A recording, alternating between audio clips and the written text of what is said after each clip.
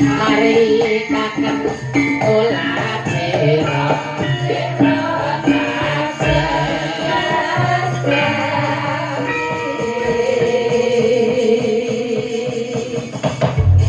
Assalamualaikum warahmatullahi wabarakatuh. Selamat malam Duniken. Waalaikumsalam warahmatullahi wabarakatuh. Sugeng dalu Mas Bayu.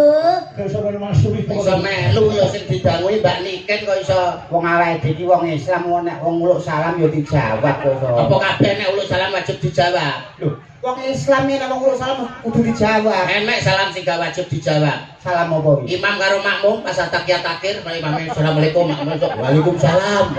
Oh, kok enek sing ngono kuwi ya ditulis karo malaikat. Piye? Pucuk.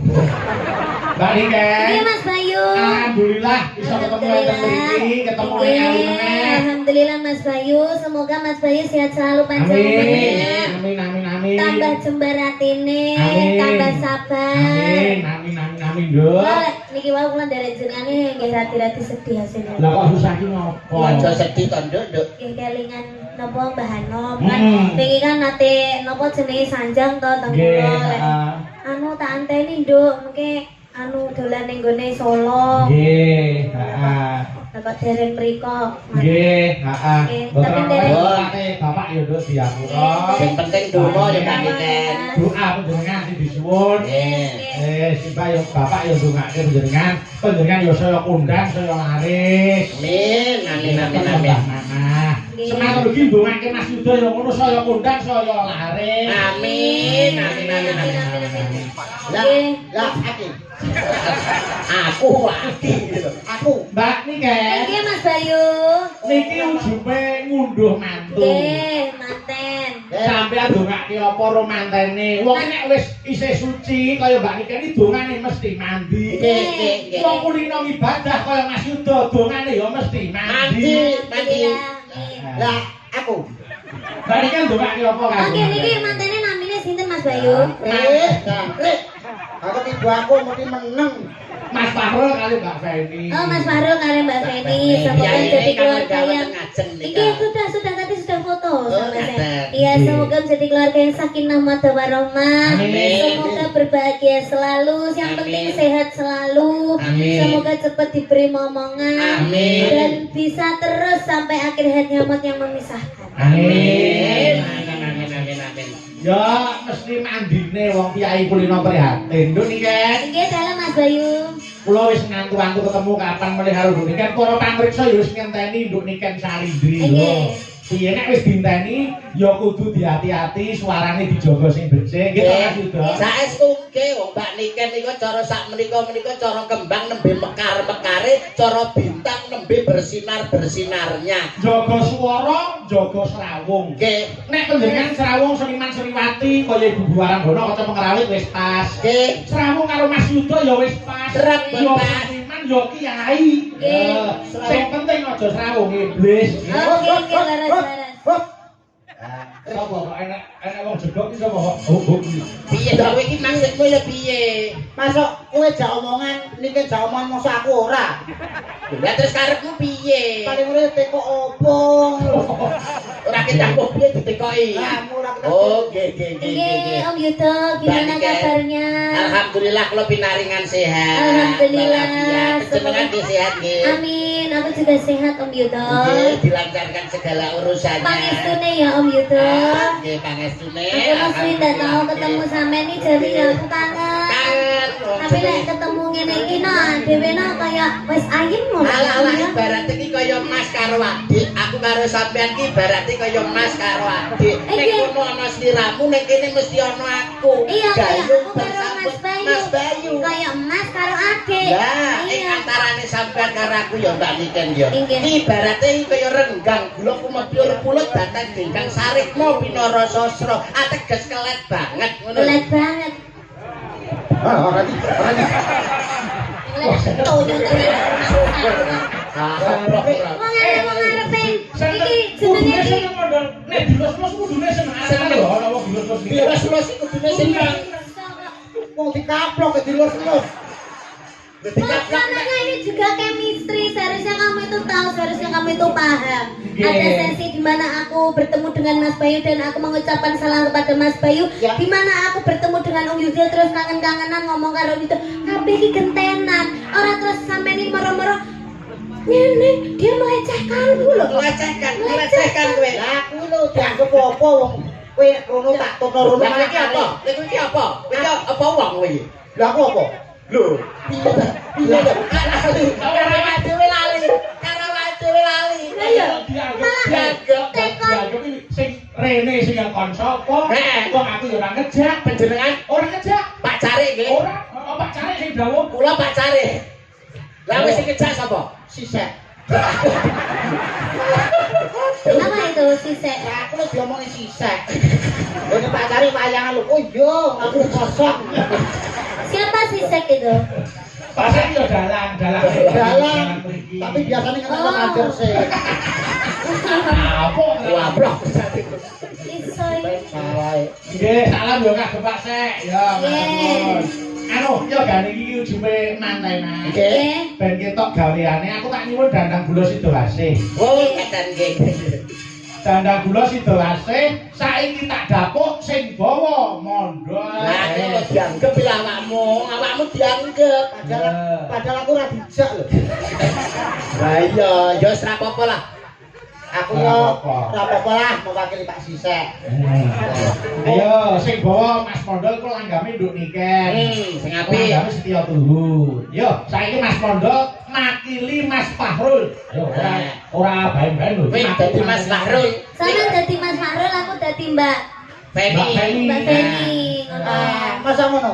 Ya. Oh berarti engko metu. Ya Mas Fahrul berarti mantel. Ora nganti ngono kuwi.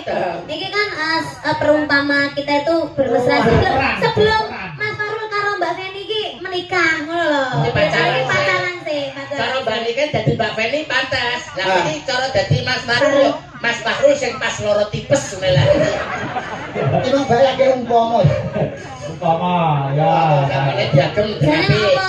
Siramu ki renek ukurane gitu. Mesti yo kene belakang ngono. Dalam Wah, gak elek. Pripun? Sing arep dadi ganjel ngarep kok gek ketok wibawa. Nah, Ganjel apa-apa ngono ae. nah. Ganjel iki ae, ganjel iki ae. Loh, iki ganjel ngene ning mburi ngono. Ya ora. masa nek blakono kene nggo dawir. Tapi koyo makureng. Iya. Ah, ganjel iki ae. Nah. Lah. Coba kuwi coba. Apa? Oh, Nggih. Kowe iki ben rupa kaya wong lho ben didandani Mbak Niken iki ben malih. Ben malih wong. Maune kok kethek. Nah, Wis. nek kowe anu nganggo tungkak lho, anu disesen. Nggih. Nah, rambut iki ngene iki. Pertama rambutnya diponi. Iya. Itu apa rambut semi-semi blonde. Blonde Lah laki roh iki. apa? Rayane rendone. Ya, Gagak sing gagak. Iki ngene. Iki kacamata kuda. Ora ketok lho. Malah kaya lambu makam ya. Ya, Iki moto ya, Puk. Ana enek ora nesu. Biar menyatu. Silak ngene. Oh iya ya, iki modele anu ki. Nah, tintin, potongan tintin biar pon ini juga. Titin. tintin. Ayo, bawa darah kula situasi. Mas, modal dening kalian Pak Niken Salidri. Ayo Mas. Pamit aku. Amin ya Allah, amin.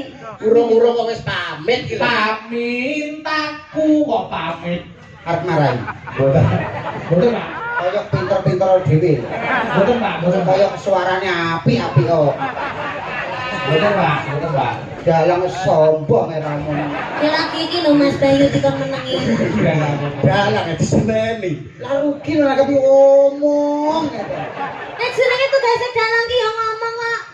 Koyo ora koyo kanca karo sisek kan meneng. Ya. Ayo. Pamit. Bayar marahi. Wong kita gandrung lho kok. Nah. Pamintaku Uniku wae lambene nek. Piye lah ngono ya? masalah itu terus. Kaya iwak lohan. Ni masih Gak mau aku ini tidak adakan istrinya sama sekali. Coba kamu mikir dulu biar contohnya sama gitu. Coba. Nimas sito hase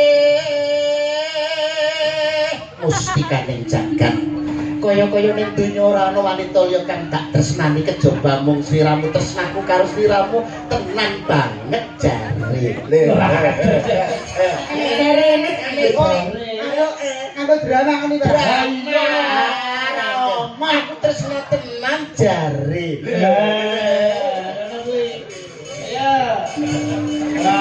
Jare. Omong sih. Jare. Ayo. Cahayu tenan jare. Teman-teman gak hilang. Piye rasane piye rasane? Rasane piye, Dok? Alah, sopek karo cah kowe. Ya galungan dek. Dodol apa ya? Nimas itu ase. Aku tresno tenan jare.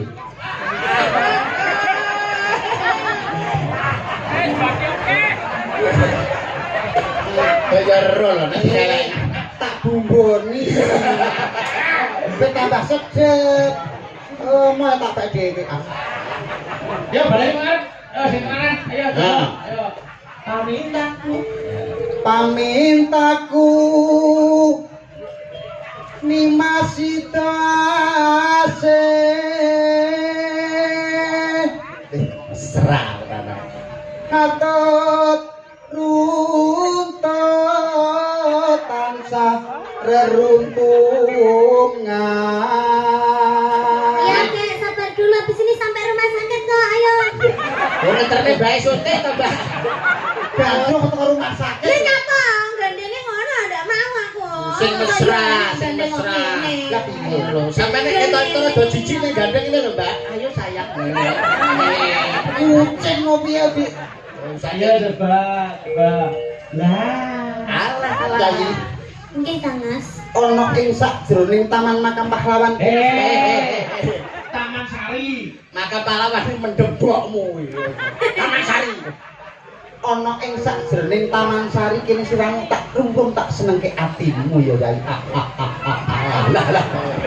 Guyune iki lho sing permono sing alus lho kok bambangan kok iso. Bakal tak mulyake Yayi. Ngono. Aja dawa-dawa. Telu. Elek. Yayi, siramu bakal tak mulyake. Apa panjalukmu bakal tak udaneni? Paton ora njalukmu dene lintang lan rembulan. Apa kowe gelem tak jak? Bleset cakeme kok Ayo iso. telu wae. Marahi. Boten. Iso meneng ora? Nggih. Tapuk iki. Iki lho, Dre. Tapuk ini lho, tapuk. Tapuk ini. Aku iki contohno kan kowe mau. Tapuk contoh ini, Mbak. Aku ini lho. Tapuk. Lah nek ngene celentik. Apa ngene? Nek celentik. Ini nyentik apa piye? Ya. Apa piye? Oh, Apa kenapa? apa iki? Nyentik. Pak Raci. Cari. Pak Tare. Mangke tambahi lho. Raiku ajur. Ora ajur ya wis ajur dhewe kok. Ayo. Atut runtut tansah reruntungan. Wis ora usum Covid lho ya. Iya. Wis ora usum corona, ora usum Covid. Tidak Nyapa lho social kowe iki kok distancing. Cik, gawe masker iki nyapa? Kok dicopot to maskermu iki? Iya. Aku masker so. Lah putih-putih pro masker. Iki untu, Cuk. Arep ngarani prongos iki kok. Ya ora kok. Kuwi jane ora merongos. Kan apa, Mas? Ning raine kemunduran. Lah. Ayo. Arep Pak. Di sini. Iki mesti. Kalepel kae. Ayo. Starino. Ing sarina sawet ini Panas yo ora usah ngrungokne gur cecek. Tal serapaku penting tresnaku marang siramu ora kena digambarake. Upama dibelah dadamu, Upama dibelah dadaku isine ming jenengmu ken saling. Oke, sesuk nek boleh masak tak bedah sajane. Oke, siap. Yo, datang Ginggang sarambute. Kok iso sak rambute? datang kingkang sarambut. Hup, ngono lho ya. Datang Ginggang sarambut. Bume rasa. Datang kinggang sarambut. Wes. Datang Ginggang sarambut.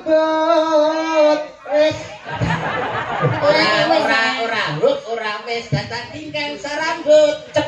Ngono. Datang Ginggang sarambut. Aman. Ada radio orangnya bablas. Mesti muni. Apal aku karo trondol iki. Cep. Halo.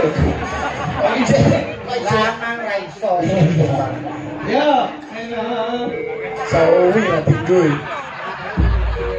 Lamun adoh caketing ati. Dilarang ngancing ya. Dilarang. Cedak. Yen cedak tansah mulat. Gregel saya. Tapi aku tidak terima. Gak sakit, Pak. Soalnya DE lo lek nyanyi lo Om Yudo. Nggih. DE lek nyanyi lek orang madhep aku kok. Ngadepe ning Madhep niki. iki. Heeh. Kamu madhep sini enggak boleh. Iku iso nangis. Iki lho nyapa kok malah nangis sih lho. Kok ditanggap larang-larang karo pacare kaya. Yo, tutuke. Ayo. Asik. Aku wis prostot. Kok jaluk iki lah. Wis ganti liyane kok pangkat jaluk. Tutup nang ilmu dilarang jone. Ya, ngancing dong. Tapi sampean sing gandrung gede, Mbak. Ini lho gandrung lho. Gandrung lho. Welek yo wajahe lek ngancing. Kurang anjing yo saya. Madhep rene lho, wong ganteng itu yang ini. Apa tutupnya gimana? Sido. Asik. Sita asik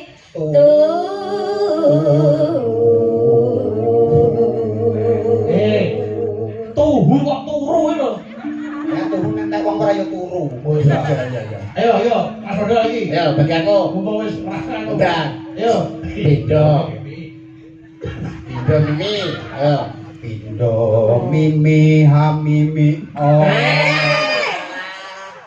Pindo mimi hamil tuna.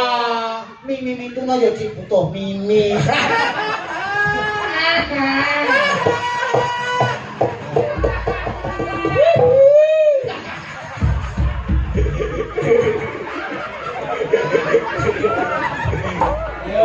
Indo mimilan mintuno ayo barang yo Mas Rodo Ketika kesempatan lah. Nimas ana tepi wajib. aku kok barangnya Ngapa? Aku kulino ngaji. Lah wajib kok wajib. lah ngopo kulino ngaji Padha karo apa kulino ngaji apa hubungane ngaji karo ngaji. Ngaji. ngaji Padha karo bak mati di akhir ayat. Bak mati di akhir ayat Jenenge kol-kolah kubro. nek wajib. Wajib. Pak cari. Cari ora kol-kolah. ayo Sido asih bebrayan.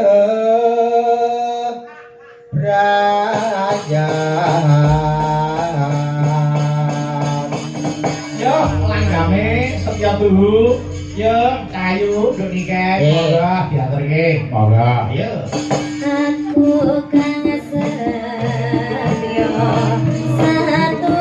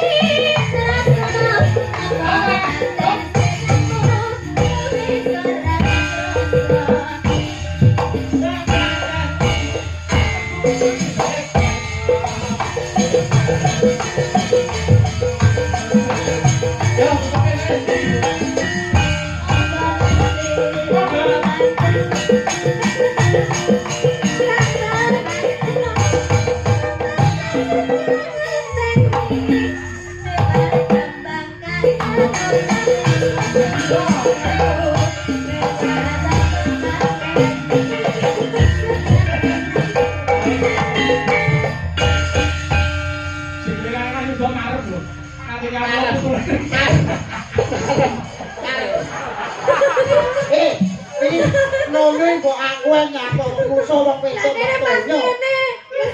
Oh itu mak. Ora apa-apa ora lara nduk. Sak lara tambah. Siglenge.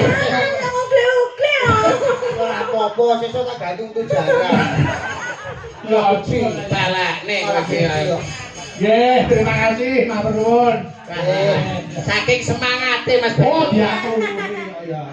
Oh, jenenge oh jeneng semangat ya ngono kuwi. Nggih. Ah, semangat apa?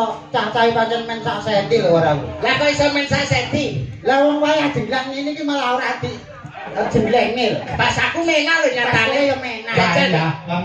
Rumah aja.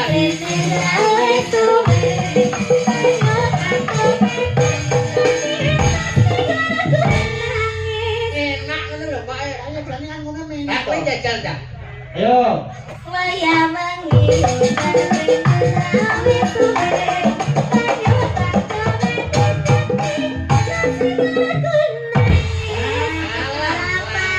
Kecepatan kowe. Kecepatan rada ngenteni. Rada ngenteni? Iya. Oh, ya wis. Ayo coba. Wayah mengilu